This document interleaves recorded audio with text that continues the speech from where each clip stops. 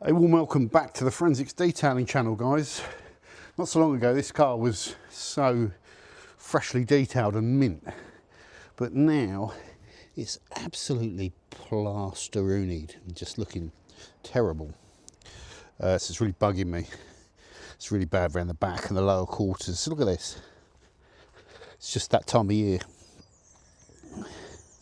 Terrible.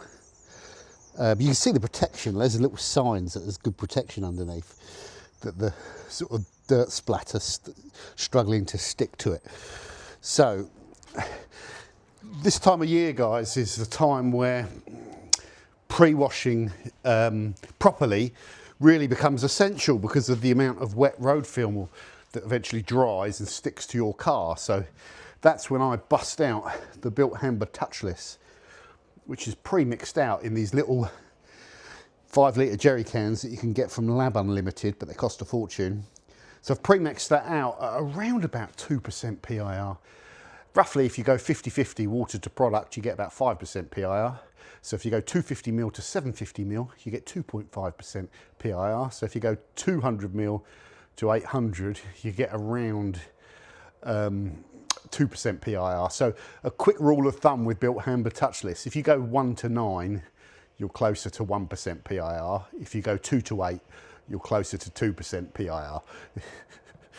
It can become a thing. I don't like talking about PIRs, it becomes a thing. So anyway, it should be nice and thick and quite rich, and we won't need to use that much. You could use about 300ml if you go turbo foaming, you know, and really minimise it, but I'm not too worried about all of that. Let's just clip that on. And we'll get it on the car. I'm a bit close to the Porsche, but never mind. It's dirty as well now. Everything's dirty. So let's get this on here. Let's, just for the thumbnail, I want to get a 50-50 colour shot, so I'm just going to go half and half. That'll just be my thumbnail shot. It's a sexy image. Don't ask. So it's really thick actually, so I could probably put a bit more water in that and just go a little bit lower, but that should be about 2% PIR.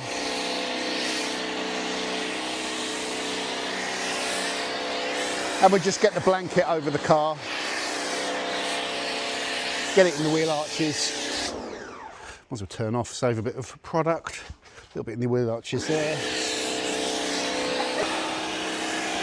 Sorry, I've got the red light on. Scared the crap out of me.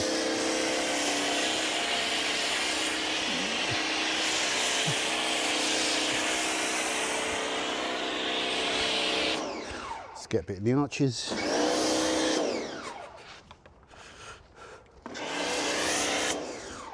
Bit in there.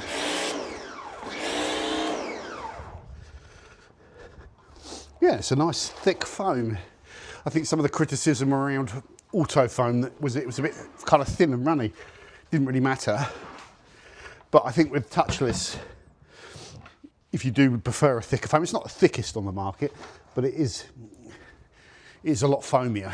The main claim to fame with touchless is it's environmentally friendly, so it's eco-based, it's sugar-based, you know, there's no solvent in it. But it really breaks down road film, especially muddy road film. It's got that part of its tech is, rather than just being a degreaser, is it does something to the static charge of dirt, like, which sort of makes the dirt a bit like a brick wall without the cement, was the analogy that was given to me. So it kind of, it's just really effective at breaking down dirt. You just see more of that whenever you use this. I can even see like the foam discolouring slightly with the mud. Another cool thing with Bilt Hamber touchless is you don't have to leave it on for you don't have to leave it on. Oh, I didn't have it on red, so that's my bad. You don't have to leave it on for that long. It works really within a couple of minutes. And the key thing with it is just less about letting it dry. Just don't let it dry, because then you know, with any detergent, you don't want it to dry because you might not get it off with the rinse then. But you're not going to have any problems with this. Well, not this time of year. So yeah, just leave it on there. In fact, that's probably long enough now to be able to jet wash off. And then I'll literally probably go back over the car. I won't actually, I'll put some shampoo in the bucket because I've got to do another video on another product. So I'll probably use John Bathe in the bucket. Now let's clip this on. So I'm just using, oops, forgive the camera. I'm just using the Ava P55 Go. It's a little unit, but it's got a good amount of punch, I find, for a compact pressure washer. Look at all that dirt, look. It's just falling off of the car. What's going on over there? Something's going on with my cables.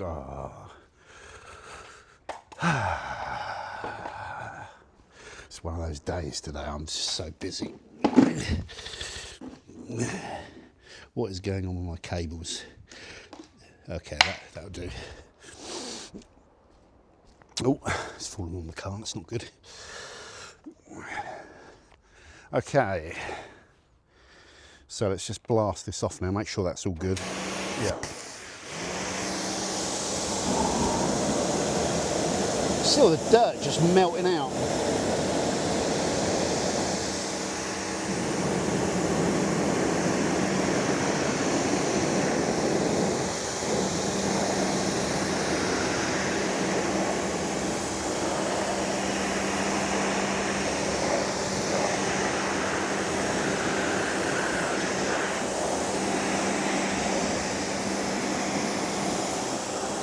Lovely. We're going to be refoaming this, so I'm not too worried about any bits of foam kicking around. Peel it all off the car. See, don't get any of that surfactant cling. It's completely free rinsing. You could rinse this off at low pressure if you wanted to. This needs a good clean.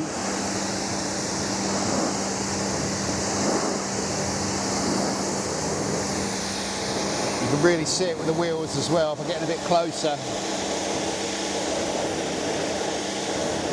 See that dirt just coming off. Lovely.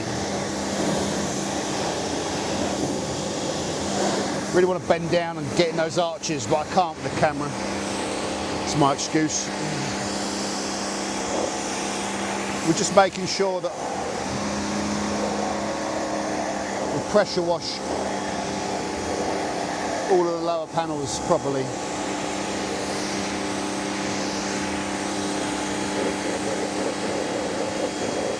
That's all protected, look at those.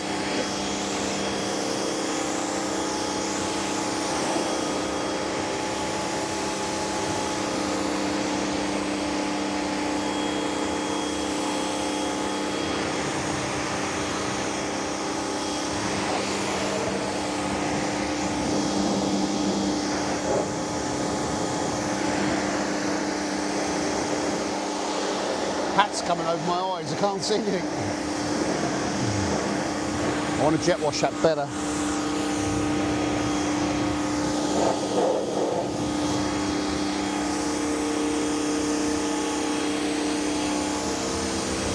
Just pull this cord back. There we go.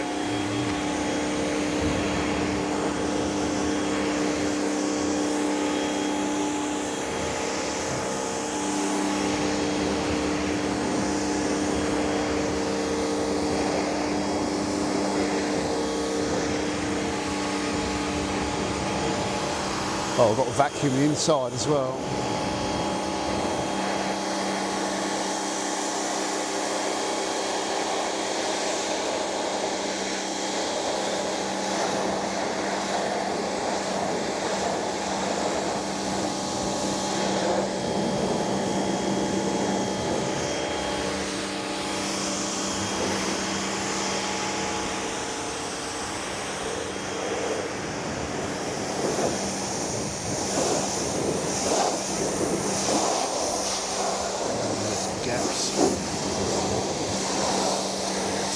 You get the idea.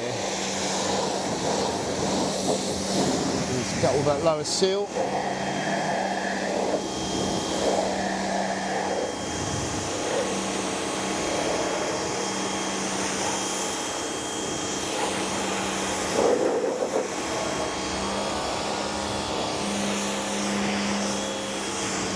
beadage. Holy God, it's a beading. Sputo. Lovely. Look at that. So you get the idea. I'm not going to go and swab the car down. I don't think that's that reliable a way of telling if it's not a reliable way to compare. But there's still dirt on there. I can feel it, but there ain't loads. Just a thin layer of dirt still there. That's the worst bit of the car. Why? Because you can never get it all off by just soaking and pre-washing. You can, you'll get 95%. And that's the name of the game, really. Most of the top parts of the car, there'll be virtually nothing.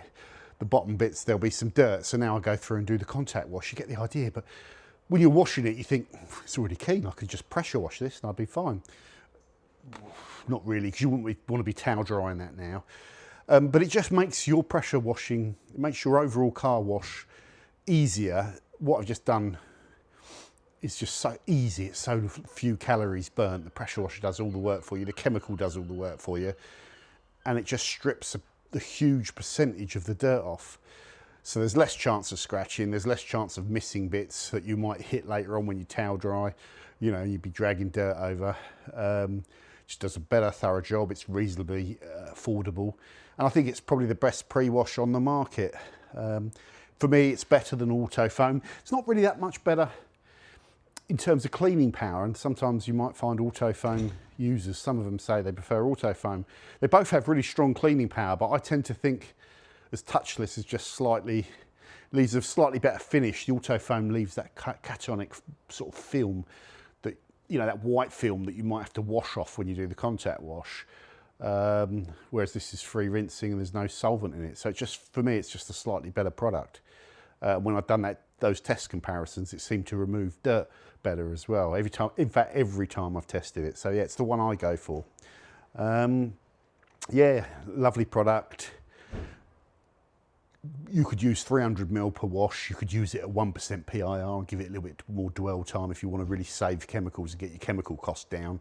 Even though at 2% PIR, it's not particularly expensive as a product either. But it's about 30 quid now. And I remember when it went to 30 quid at first, I thought, oh no, it's not good. Because it was 19 quid or something. But it is effective now at 2%, whereas before it was 5%. So even though it went up by 50% in cost, you use less than 50% less product. It's more concentrated, so it's actually cheaper. So that does offset it. But its concentration, though, is still now only in line with lots of other snow foams that you use at 1 inch to 9 inch or whatever. It's more aligned with those now, and it's more priced with those now, whereas I always just used to feel it was a bit cheaper. So I hope it doesn't continue to go up in price, because there are snow foams you can go and buy that are like £10 for 5 litres. Yes, roughly, even less. But they won't be as well formulated. They won't be as safe, potentially. Or they might be safe, but then they won't have the cleaning power, so it's hard to get all three. There isn't any way of getting safe, cheap, and really good cleaning power, I don't think. And when I say cheap, I mean like £10. Because for it to be effective, it's going to have sodium hydroxide in it at that cost, isn't it? That's the only way they're going to be able to do it. They're not going to give you a real high concentrated surfactant at that price. So, yeah, one of the best pre-washes on the market, if not the best. My favourite, my winner of my snow foam test. So for me, it's the best pre-wash on the market. Bilt Hamber Touchless. Let me know your thoughts, and if you found anything that you think compares to it or offers better value, or you prefer for whatever reason. You might prefer a milder one. You might preload underneath with Surfex and then put a cheap foam on top, and just foam over and blast it down or something. You might have another little hack that saves money and gives you the same results. But no, for me, double pre-washing is a bit extreme. Sometimes you might need to do it, but very rarely. Or loading up under the pre-wash, you can do. But again, it's another step. So I think, quite simply, with a pre-wash that works like this, the whole advantage is you pre-wash the car, then you wash the car. It gets a bit complicated if you pre-wash the pre-wash and then pre-wash. and then wash. But you can do that. So there you go, guys. That is Bilt Hamber Touchless, one of my favourite products. The red Peril there. She's looking pretty clean here from a distance, isn't she? But she needs a wash again now because we're that time of year. But what I'm going to do is I'm going to tuck this one away now, put it in, keep it in the garage, and just keep this outside and just put the miles on this to run it in, get it up to that sacred mileage. And then I've got some Miller's Motorsport oil. Danny picked this up for me from Design 911, I think it's called. Yeah, Design 911. And it's slightly thicker. You know, Scott's put the Porsche Mobile 040 or whatever it is. But if you're tracking them on these old cars, I think now Porsche recommend a thicker fuel. And Scott suggested that 1050, Miller's 1050 would be a good oil, not fuel, choice. Don't put the oil in the fuel, on the fuel in the oil. That won't work. Anyway, guys, great to see you. Take care, and I'll see you soon.